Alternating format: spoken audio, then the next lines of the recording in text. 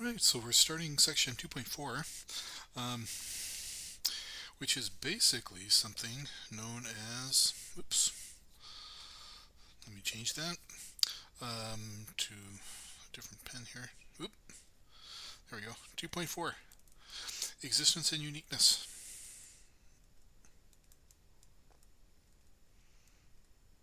So the question we ask is, under what conditions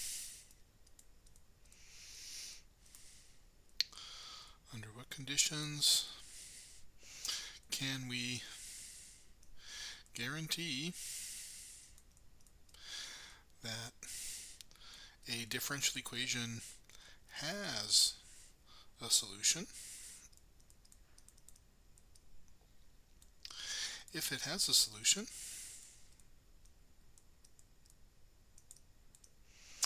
how many? So, is there only one solution? Okay, so the first question is about existence. Second question is about uniqueness.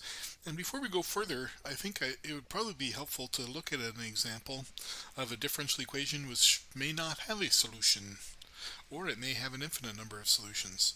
And so here's a good example to really keep in mind, because we haven't really seen one before.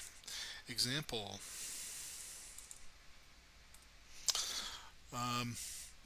xy prime is equal to y minus 1, and y of 0 equals y sub 0. Good. Now this differential equation looks pretty easy. What kind of a differential equation is it? Well, you could treat it as a linear differential equation, or you could treat it as a separable differential equation, and we'll go ahead and separate the variables. So separable, and so 1 over y minus 1 dy is equal to 1 over x dx. And now we integrate both sides so that the natural log of y minus 1 is the natural log of x plus c. And now we have y minus 1 is equal to, this is e to the natural log plus c, so e to the natural log of x plus c is the same as e to the natural log of x e to the c. And so it's this thing that we're treating as a constant. So that's going to be a, and then this simplifies to x, right? And so y is equal to ax plus 1. Good. And now we also have our y of 0 equals y sub 0. Everything's beautiful. And now, suppose I try to solve this for the general or generic y sub 0. And so plugging in 0, I get that y sub 0 is equal to a times 0 plus 1, or y0 equals 1. Wait a minute. What's wrong here?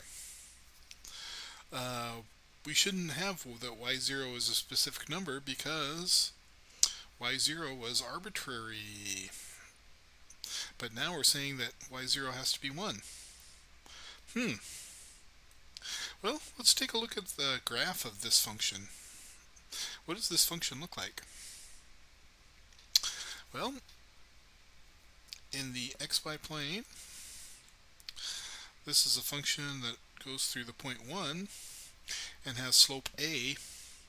So if it has slope a, right, that's one example of a solution.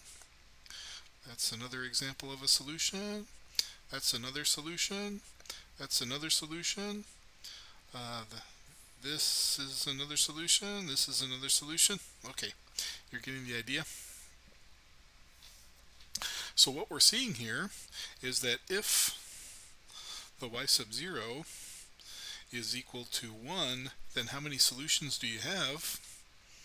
We have an infinite number of solutions.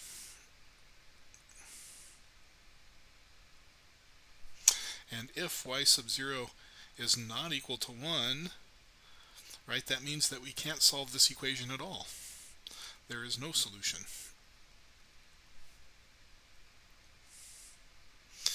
Maybe I'll write write that down. Solution. Good. So this is the case. This is a situation, right, where you may have no solution. You may have an infinite number of solutions. Okay. Um, so what we want to see is this something that crops up frequently? Is this something that we can predict, or is this something that's not predictable? Okay, that's the goal of the existence and uniqueness theorem. Okay, so we're going to talk about the theorem now, and then we'll come back to this example. Now that we've had an example of a differential equation that does not have a unique solution. Actually, it may not exist at all. Okay, so let's get back to the first part of this now. E and U theorem. And I'm going to break this up into two pieces.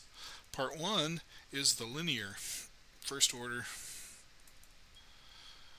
DE.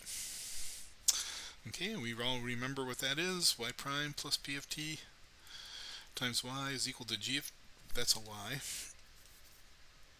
is equal to g of t. Okay. Now, kind of as a side remark, so side notes,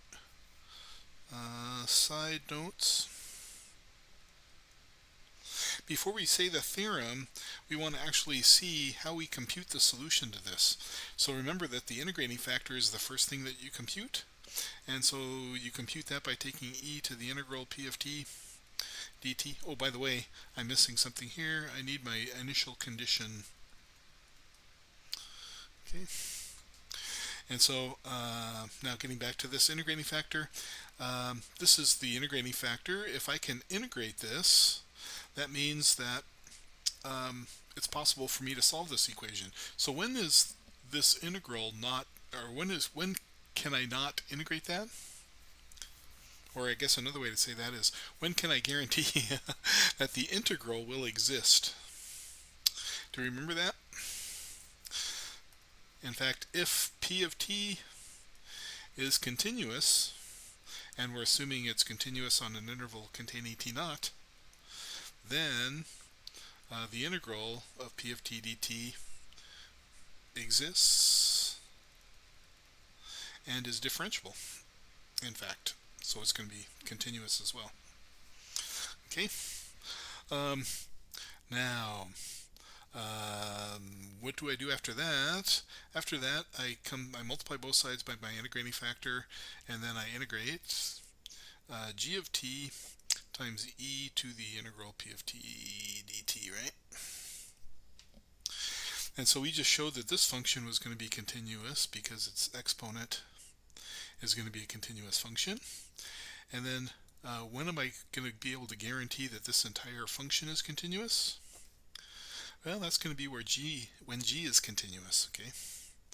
And so if g is continuous, then this integral exists, and we're able to, integral exists, right? And we're able to get a solution then for y. Okay, so here it is. Let's summarize this with the theorem.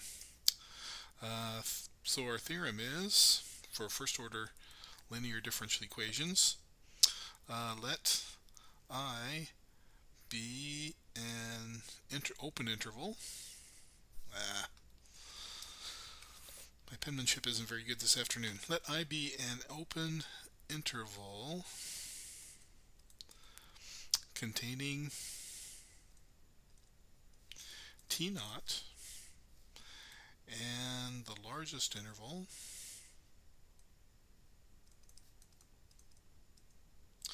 on which both p of t and g of t are continuous.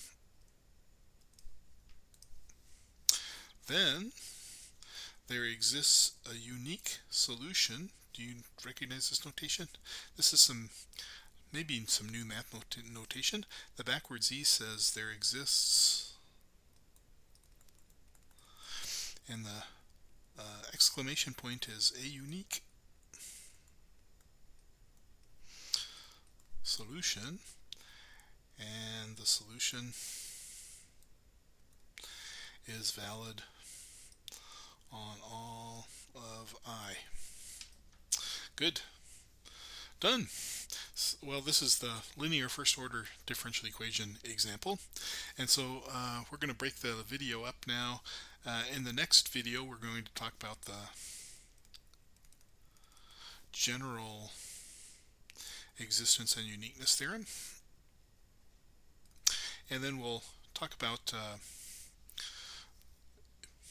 some examples. What I want to say is, because the linear differential equation has a very specific form, we expect that we're going to get more information out of that theorem than we would for the general existence and uniqueness theorem, and that is the case. So in the general existence and uniqueness theorem, we're not going to be able to predict as much. Notice that in the this existence and uniqueness theorem, right, not only are we able to predict when we have a unique solution, but we're also able to predict on what interval the solution is valid for. Okay, and that's not going to be the case in general. Okay, on to the next video.